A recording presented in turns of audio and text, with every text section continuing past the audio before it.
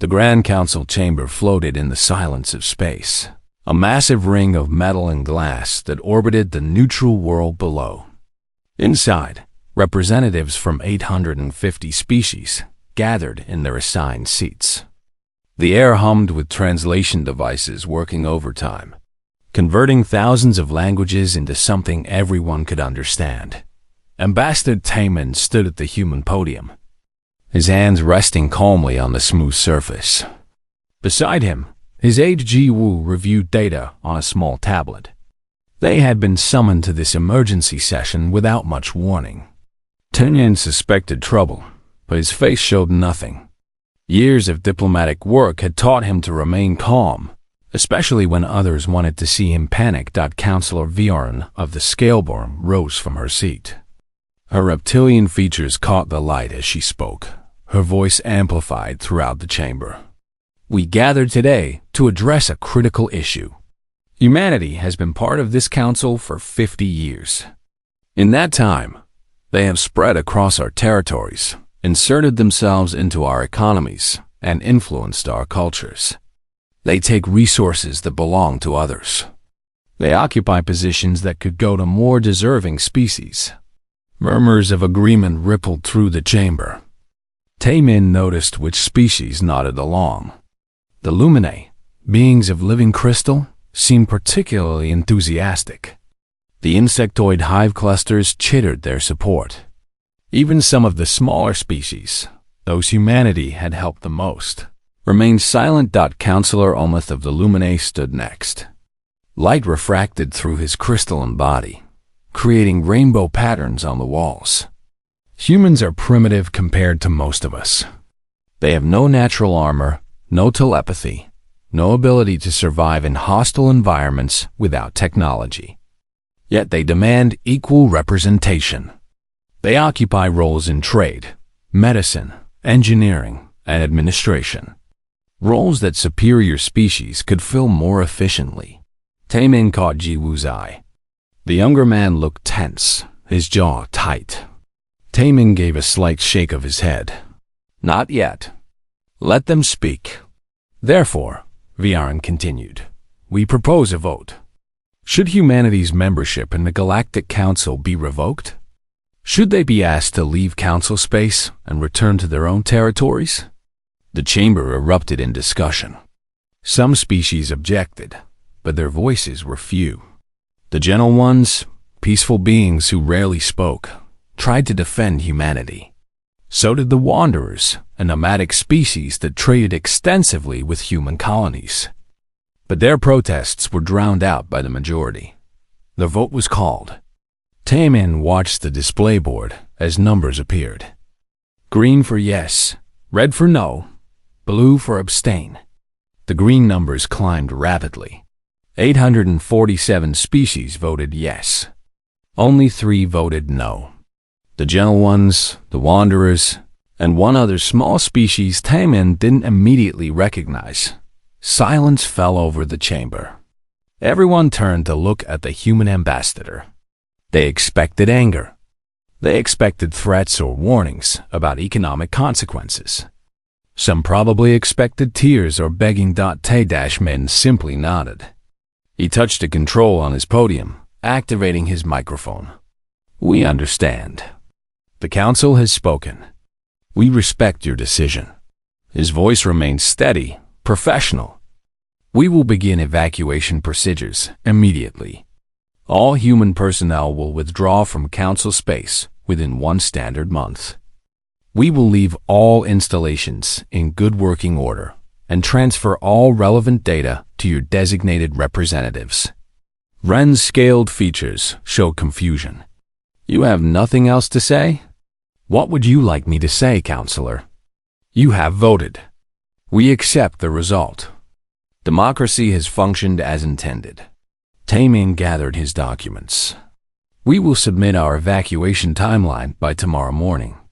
Good day. He turned and walked toward the exit. Ji Woo followed, his footsteps echoing in the stunned silence. As the doors closed behind them, the chamber burst into conversation again. Some species celebrated. Others seemed uncertain. A few looked worried, but they were too few to matter. In the corridor outside, Jiwoo finally spoke. Sir, shouldn't we warn them? They have no idea what they've just done. Taemin continued walking toward their ship. They voted, Jiwoo. They made their choice with full information available to them. Every contribution we've made is documented in their own records. If they bothered to look, they would see. But the medical networks, the trade systems, they believe they can handle it themselves. They believe we are primitive and unnecessary. Taemin stopped at the airlock to their diplomatic vessel. Perhaps they're right. Perhaps they will manage perfectly well without us. If so, we will have learned something valuable about our place in the galaxy. Jiwoo looked back toward the council chamber. And if they can't? Taemin entered the ship. Then they will also learn something valuable. Come, we have a lot of work to do. We need to coordinate the evacuation of 40,000 human personnel across 200 worlds and stations. We need to do it quietly, professionally, and without causing unnecessary disruption. As their ship detached from the station, Jiwoo pulled up the evacuation protocols on his screen. The list of human positions across council space scrolled endlessly. Doctors, engineers, teachers, administrators, mediators, technicians, programmers, analysts. Small roles, unglamorous work. Positions that no one else wanted because they were tedious or boring or thankless. Through the viewport, the council station grew smaller. Inside, the celebration continued. They had removed the humans. They had reclaimed their galaxy for the superior species. They felt powerful and decisive. They had no idea that they had just voted to dismantle the invisible framework that kept their entire civilization functioning. But they would learn. In time, they would definitely learn. The message reached every human settlement within hours. Begin evacuation. 1 month timeline. Professional conduct required. No complaints, no drama, no burning bridges. On the crystal mining station orbiting Lumine Prime, Hyeon-woo read the message 3 times before sighing. He had worked here for 8 years, maintaining the delicate extraction equipment that pulled valuable crystals from the asteroid field. The work was tedious and precise, requiring constant monitoring of temperature, pressure, and harmonic frequencies. One wrong calculation could shatter an entire crystal formation or cause a cascade failure in the mining equipment. He walked to his supervisor's office and knocked. Crystalline chimes announced his presence. The Lumine supervisor, a being named Threshold of Light, gestured him inside with a limb of pure crystal. Hyeon-woo, what brings you here? I'm submitting my resignation, effective in 3 weeks. I will train anyone you designate as my replacement during that time. Threshold of Light flickered with colors that indicated mild surprise. This is sudden. Is there a problem with your compensation? No, sir. Personal reasons. I need to return to human space. The supervisor accessed records with a thought, his consciousness interfacing directly with the station computers. Very well. I will request a replacement from the Scaleborn Engineering Guild. They have been asking for positions here. Your final payment will be processed. He paused. You maintain the harmonic stabilizers, correct? Yes, sir. And the thermal regulation systems, the extraction calibration network, the emergency shutdown protocols, and the crystal growth prediction algorithms. I'll document everything for your new engineer. Acceptable. Thank you for your service. Hyeon-woo returned to his quarters and began the documentation process. He had built custom monitoring systems over the years, small improvements that made the work easier. He carefully wrote instructions for all of them, explaining every step in simple language. He suspected whoever replaced him would ignore most of it, but at least he would leave them the information. Across the galaxy, similar scenes repeated. On Frontier Medical Station 12, Dr. Dayoon met with her colleagues. The station served 15 different species across 3 solar systems, treating everything from radiation sickness to exotic infections. "I'll be leaving in 2 weeks," she announced at the staff meeting. "I've already begun transferring patient files and updating treatment protocols." Her hive cluster colleague, a being made of thousands of small insects working in cooperation, buzzed with confusion. "But you run the administrative systems. You coordinate the supply chains. You manage the emergency response network. I've documented all procedures. I've also prepared training materials for whoever takes over." Dayoon pulled up holographic displays showing the station's organizational structure. "The supply algorithm I wrote should continue working automatically. The emergency network just needs someone to monitor it daily. The administrative work takes about 4 hours each morning if you stay organized." She didn't mention that she did all of this in addition to her regular duties as a physician. She worked double shifts most days, handling both patient care and the paperwork that no one else wanted to do. The other doctors assumed the administrative work somehow did itself. On the trade hub known as Exchange Point 7, human merchant Dong Haiyan closed down his mediation office. For 20 years, he had arbitrated disputes between species who couldn't agree on contract terms. The Scaleburn wanted direct, binding agreements. The Luminae preferred flexible arrangements that could adapt to changing circumstances. The hive clusters needed consensus among all their component parts. Humans understood all of them well enough to find compromises.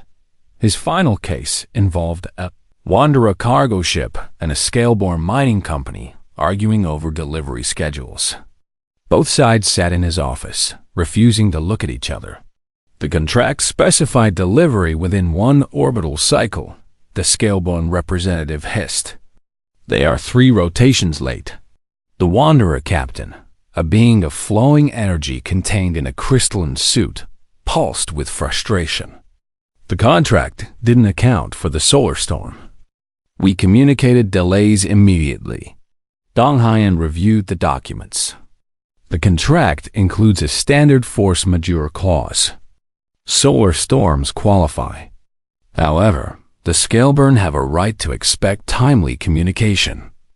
I propose a 10% reduction in payment for the delay, with a bonus restoration clause if the next 3 deliveries arrive early. Both parties grumbled, but agreed. It was a minor case, barely worth remembering. But it was also his 243rd mediation this year alone. Across council space, hundreds of human mediators handled thousands of such disputes annually. After the Scaleburn and Wanderer left, Dong Haiyan locked his office and uploaded his case files to the council database.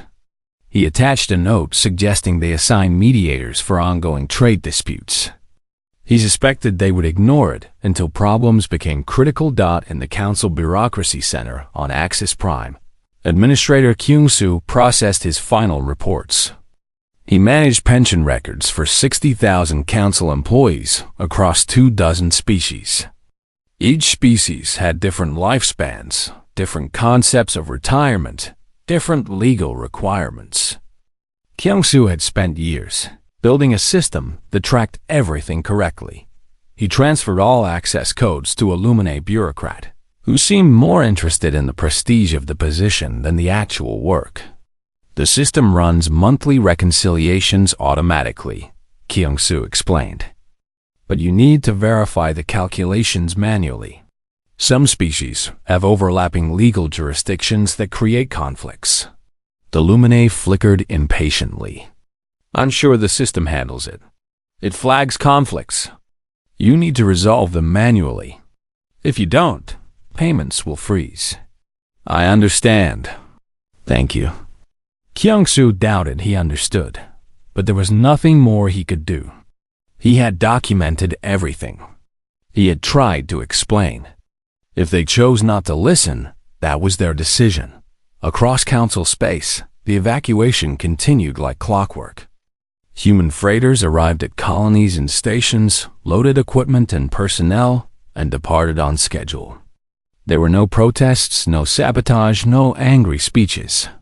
Humans simply packed their belongings, completed their final tasks, and left. The council received daily updates. Evacuation proceeding on schedule. No incidents to report. All systems transferred to designated personnel. It was all very professional and very boring. Most council species barely noticed.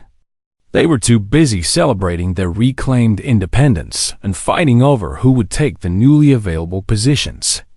What they didn't notice were the small systems beginning to malfunction, the minor disputes escalating slightly, the tiny inefficiencies appearing in their daily operations. Nothing dramatic. Nothing worth reporting. Just small problems, easily ignored. For now. The first major failure happened on day 32 of the human departure. The Luminae crystal mining station where Haiyan Wu had worked experienced a catastrophic harmonic cascade. The new scale-born engineer had ignored most of the documentation, trusting his own expertise. He adjusted the extraction frequency to increase productivity, not realizing that Haiyan Wu had calibrated the system to account for subtle variations in the asteroid's mineral composition. The cascade destroyed 3 months of crystal growth and damaged 2 mining platforms. The scale-born engineer spent hours trying to understand what went wrong, reading through Haiyan Wu's documentation with growing horror. The human had been compensating for dozens of variables simultaneously, making constant micro-adjustments that seemed unnecessary until they weren't. On day 35, a plague broke out on a hive cluster colony world. It wasn't a new disease, just a strain of common bacteria that occasionally jumped between species. Normally, the early warning network would have caught it before it spread. But the network had been maintained by human doctors who monitored disease patterns across multiple worlds. Cross-referencing symptoms and tracking unusual clusters. Dr. Dai Yun's replacement at Frontier Medical Station 12 had deactivated the monitoring system, considering it a waste of processing power. By the time anyone noticed the outbreak, 17,000 hive cluster members were infected. The treatment was simple, but organizing the medical response took weeks instead of days. On day 40, the council's central financial system crashed. Actually, it didn't crash. It simply stopped processing transactions between certain species. The Scaleborn couldn't pay the Luminae. The Luminae couldn't pay the Wanderers. The Wanderers couldn't pay anyone. Counselor Omid spent 3 days trying to understand the problem, before discovering that the financial reconciliation system required manual oversight. A human accountant named Su Min had been running weekly audits, catching conflicts before they propagated through the network. Without those audits, contradictory transactions had piled up until the entire system locked itself to prevent fraud. By day 45, trade throughout council space had slowed by 40%. Without human mediators, disputes that once took hours to resolve now took weeks. Species stopped doing business with anyone they didn't completely trust. The Scaleborn refused to work with the Luminae. The Luminae wouldn't negotiate with the hive clusters. Old grudges resurfaced. Ancient territorial disputes suddenly mattered again. Councillor Viren stood in their office, reviewing reports with increasing alarm. Military logistics were failing. The defense fleet that protected council space relied on coordination between dozens of species, each with different communication protocols and tactical doctrines. Human programmers had maintained the translation software that made cooperation possible. The software still worked, technically, but it required constant updates as languages evolved and new tactical terminology emerged. Without humans to manage those updates, misunderstandings were becoming common. A Scaleborn battle group had nearly fired on Luminae ships because of a mistranslated warning about weapon systems. She accessed the personnel records. searching for information about the humans who had maintained the system. There had been 37 programmers, each specializing in different aspects of military coordination. They had worked quietly, submitting regular updates, fixing bugs, preventing disasters that no one else knew could happen. All 37 were gone now. On day 50, Counselor Omuth called an emergency session. Representatives from all major species attended, though the mood was very different from the last time they had gathered. "We need to acknowledge a serious problem," Omuth began.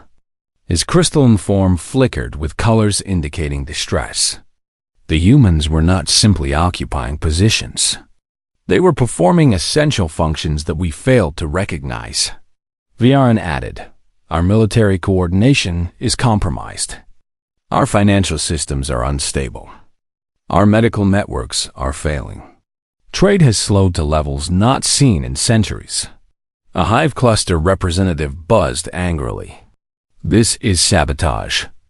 The humans must have damaged these systems before leaving." "No," Omuth said firmly. "We have reviewed all records. Every human left detailed documentation. They transferred all access codes and procedures. They provided training materials. We simply did not realize how much work they were doing, or how many systems depended on their constant maintenance." The chamber filled with uncomfortable silence. Representatives checked their own territories and found similar problems. Supply chains disrupted. Administrative systems failing. Communication breakdowns. Medical emergencies mishandled. A Gentle 1 representative spoke, her voice barely audible. "We warned you. The humans were the connective tissue holding this council together. You removed them, and now everything is falling apart. We can fix this ourselves," a Scaleburn engineer insisted. "We just need time to understand their systems." "How much time?" Viaran asked quietly. "We have reviewed the human positions. They held over 10,000 roles across council space. Not positions of power or prestige. Positions of maintenance and administration. They were engineers maintaining systems everyone else found boring. Doctors monitoring disease patterns everyone else ignored. Accountants reconciling records everyone else considered trivial. Mediators resolving disputes everyone else had given up on." She pulled up a holographic display showing the network of human contributions. It was staggering. Like a web connecting everything, with humans sitting at intersections nobody else wanted. "We did not expel our enemies," Viren continued. "We expelled our janitors, our bookkeepers, our maintenance workers. And now we are discovering that those were the most important positions of all." Counselor Omuth felt something he had rarely experienced, genuine fear. The council was unraveling faster than anyone had predicted. Species were threatening to withdraw and form their own alliances. Economic collapse seemed possible. Even warfare was becoming more likely as old hatreds resurfaced without human mediators to calm tensions. "We need to bring them back," he said. "Will they come?" A Wanderer representative asked. "We insulted them. We called them primitive and unnecessary. We expelled them from a society they helped build. Why would they help us now?" Viaran accessed communication records. Before the vote, Ambassador Taemin sent a detailed report analyzing what would happen if humans withdrew. He predicted all of this. Every failure we are experiencing now, he warned us about. We ignored him. He knew, Omuth realized. He knew we would collapse without them, and he let us vote anyway. "Because he respected our choice," a Gentle One said softly. "Even knowing we were wrong, he respected our democratic decision. That is more dignity than we showed him." The chamber remained silent as the enormity of their mistake settled over them. They had been so certain of their superiority, so convinced that humans were unnecessary. Now their civilization was crumbling, and they had no one to blame but themselves. "Prepare a delegation," Viren finally said. "Find the humans, apologize, beg if necessary. Offer them anything they want. We need them back before this collapse becomes irreversible. As the session ended, she remained in the chamber, watching the holographic display of human contributions. 10,000 small positions. 10,000 humble roles. 10,000 threads that had held an entire galactic civilization together. And they had cut every single one. The delegation departed from Council Space on day 60. Ambassador Seo Jin led the group, accompanied by engineer Min Seo and scientist Jae Seung. They represented the 3 council species who had voted against expulsion: the gentle ones, the wanderers, and a small aquatic species called the deep swimmers. Councilor Viren had wanted to lead the delegation herself, but Seo Jin refused. If you want humanity to listen, send people who respected them from the beginning. Send the ones who voted no. The journey took them to the outer rim, following the trail of human evacuation. They visited colony after colony, finding each one completely abandoned. The humans had left everything clean and functional. Buildings stood ready for new occupants. Equipment remained in perfect working order. Gardens were tended right up until the last moment. On one agricultural colony, they found automated systems still running, producing food that no one would harvest. The humans had programmed the systems to continue operating for 6 months, giving whoever came next time to learn how everything worked. They left us gifts, Min Seo said quietly, examining the programming. Even after we expelled them, they made sure we wouldn't starve while learning to run their systems. At a research station, Jae Seung found decades of experimental data, all neatly organized and annotated. Human scientists had been studying the unique radiation patterns of a nearby star. They had left all their findings available for anyone to use, along with suggestions for future experiments. They are better than us, the Gen 1 representative whispered. We treated them terribly, and they still tried to help. They finally tracked humanity to a way station on the very edge of what had been council space. The station was new, clearly built in the weeks since the evacuation. It served as a hub for ships traveling between human colonies and several smaller species who had chosen to leave the council with them. The delegation requested permission to dock. After a long wait, they received clearance. A human coordinator named Young Ho met them at the airlock. He was polite but not warm. Professional but not friendly. Welcome to Way Station Hope. What brings council representatives to human territory? Zhao Jin stepped forward. We need to speak with Ambassador Tae Min. We need to discuss bringing humanity back to council space. Young Ho studied them for a moment. Ambassador Tae Min is currently in negotiations with the Wanderer clans. But I can speak for humanity in this matter. Please, follow me. He led them to a conference room. Through the windows, they could see the busy station. Human ships moved alongside vessels from dozens of smaller species. The Wanderers who had left the council. Several independent colonies. Even some species the delegation didn't recognize. Young Ho gestured for them to sit. Before we begin, I need to clarify something. We are not desperate to return. We are building something new here. Something better. So please understand that we are listening to your proposal out of courtesy, not need. Seo Jin nodded. We understand. And we come not with demands, but with apologies and a request for help. She explained the situation in council space. The collapsing systems. The failing infrastructure. The escalating conflicts. The medical crises. The economic breakdown. Minzio provided technical details about specific failures. Ji Seung shared data about deteriorating conditions. Young Ho listened without interruption. When they finished, he was quiet for a long time. Do you know why we left so quietly? He finally asked. We could have fought the vote. We could have threatened economic consequences. We could have made it difficult and expensive to expel us. But we didn't. Why? The Gentle One asked. Because we wanted you to learn something important. We wanted you to understand that the work we do matters. Not because it is glamorous or powerful, but because it is necessary. Young Ho stood and walked to the window. For 50 years, we did the boring work. The tedious work. The thankless work. We fixed problems before anyone noticed them. We maintained systems everyone else ignored. We mediated disputes everyone else considered trivial. He turned back to face them. And everyone assumed that work was easy, unimportant, something anyone could do. You called us primitive. You said superior species could fill our roles more efficiently. So we let you try. We were wrong. Bren's voice came through the communication device Seo Jin carried. The counselor was listening from council space. We were arrogant and foolish.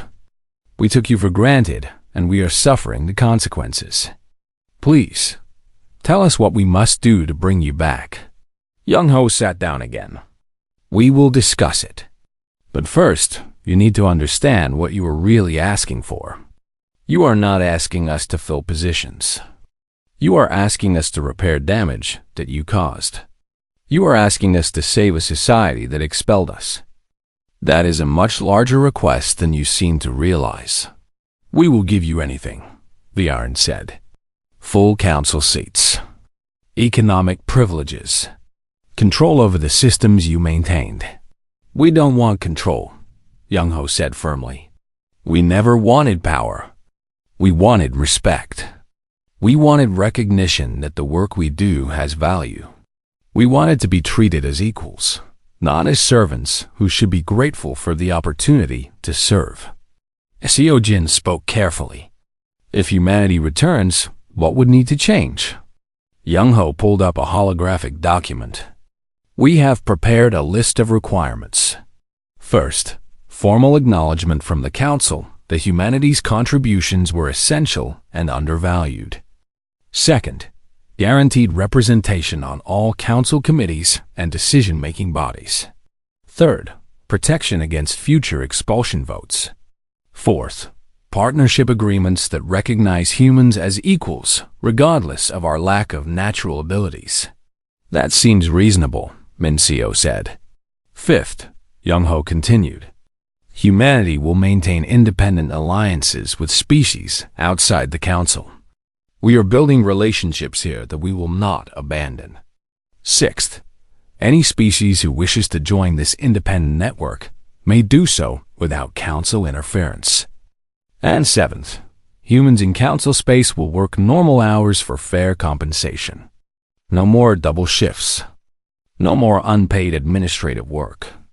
No more assuming we will handle everything because no one else wants to. The demands were not harsh, but they were firm. They represented a fundamental change in how the Council operated. I cannot approve this alone, Viarn said through the communicator. I need to bring this to a full Council vote. Then do so, Young Ho said.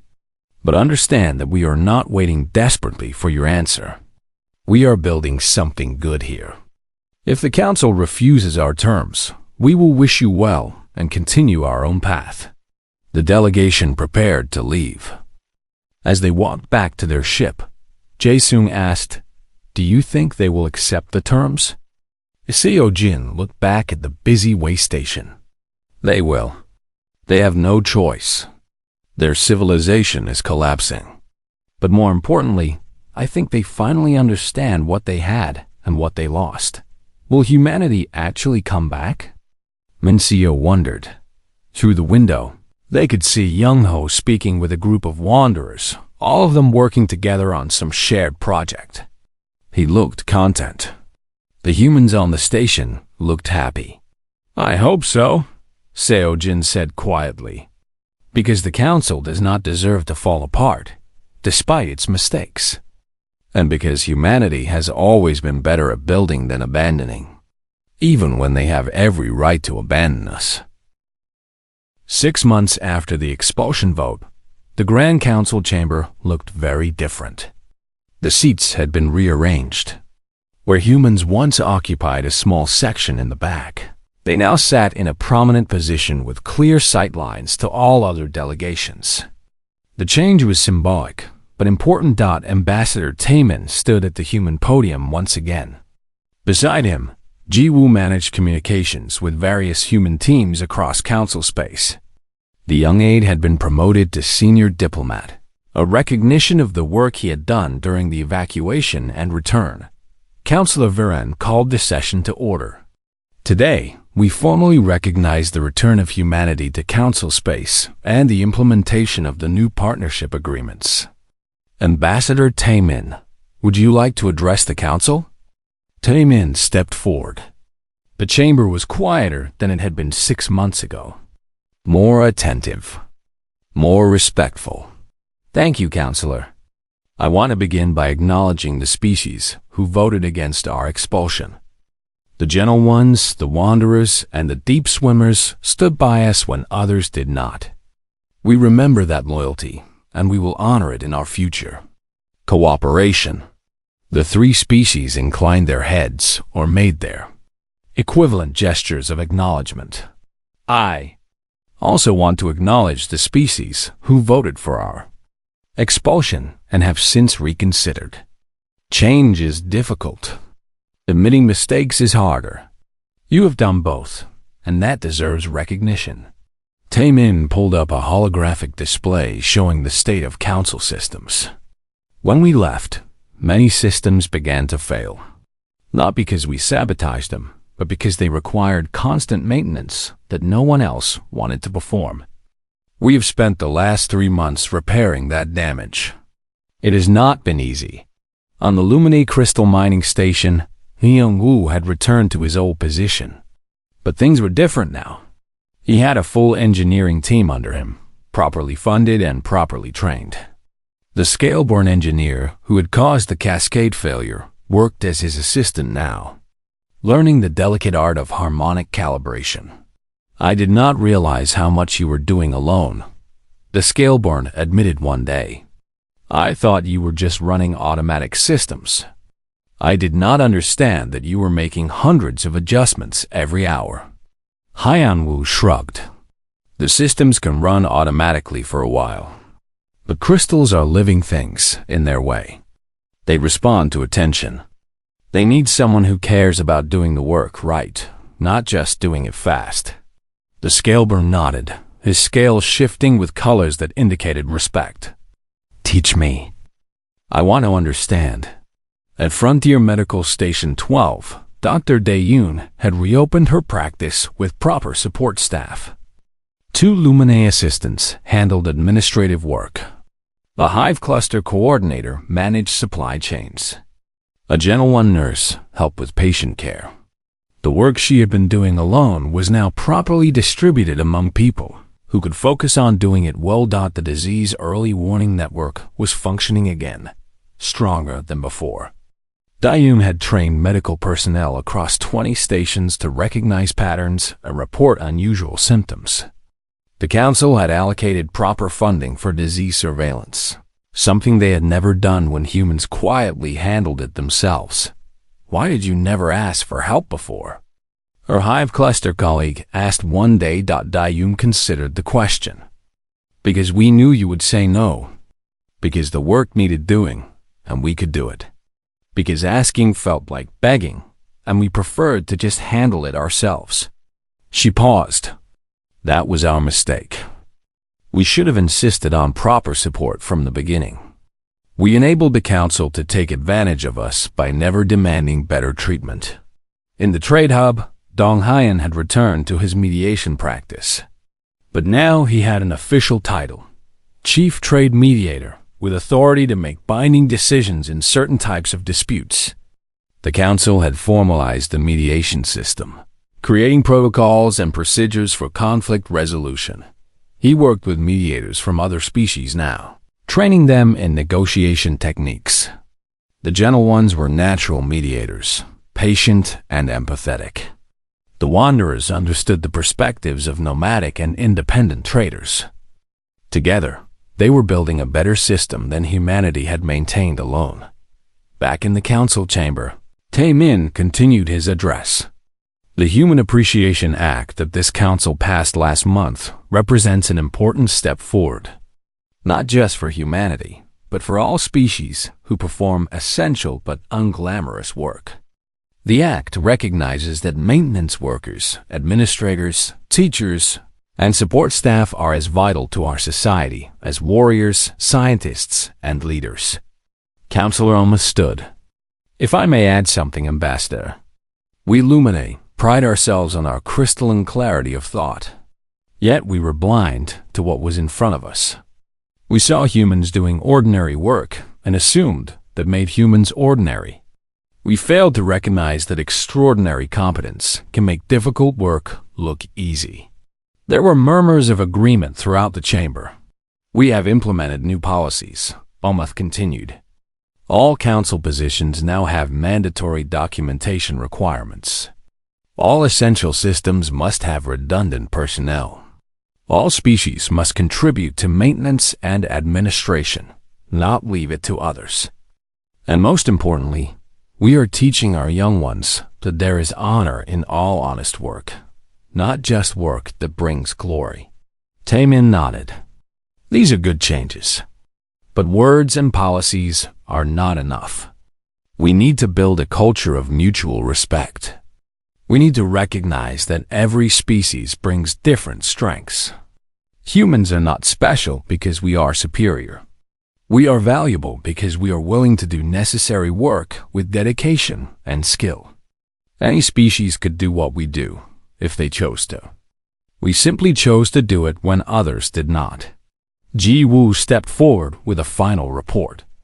Human personnel are now fully reintegrated into council systems. We have restored functionality to 97% of critical infrastructure. The remaining 3% requires specialized training that will take additional time. We are conducting that training now, ensuring that humans are not the only ones who understand how these systems work.